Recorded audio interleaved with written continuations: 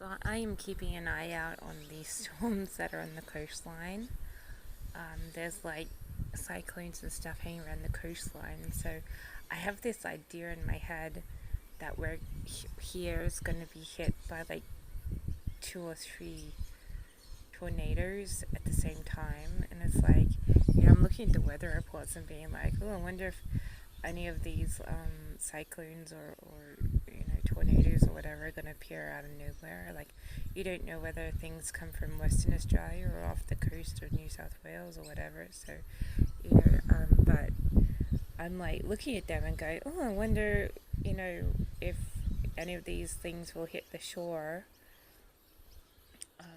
Because it's been such an easy float this past year in this area, and it's never been like that. And I'm like, I'm waiting for this darn storm thing to happen. And I mean, I should actually be running to the suburbs and saying this is so much better than that darn country area that gets hit down by tornadoes and things every now and again. But my conspiracy is this year there's going to be like a volcanic explosion and tornadoes at the same time. So there'll be like tornadoes floating around. So which will be very destructive to a property like this, which is very thoughtless against weather, the concerns of weather.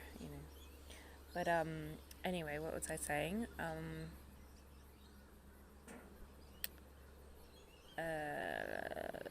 I was saying something or other. Anyway, so my conspiracy is that by April or June, there's probably going to be weather issues here. I just have to hit one, and I'm like, I'm out of here. I'm going to the suburbs. I don't care how much time I have to spend on the computer. I'm gonna like absorb my brain into the radiation of computerisms.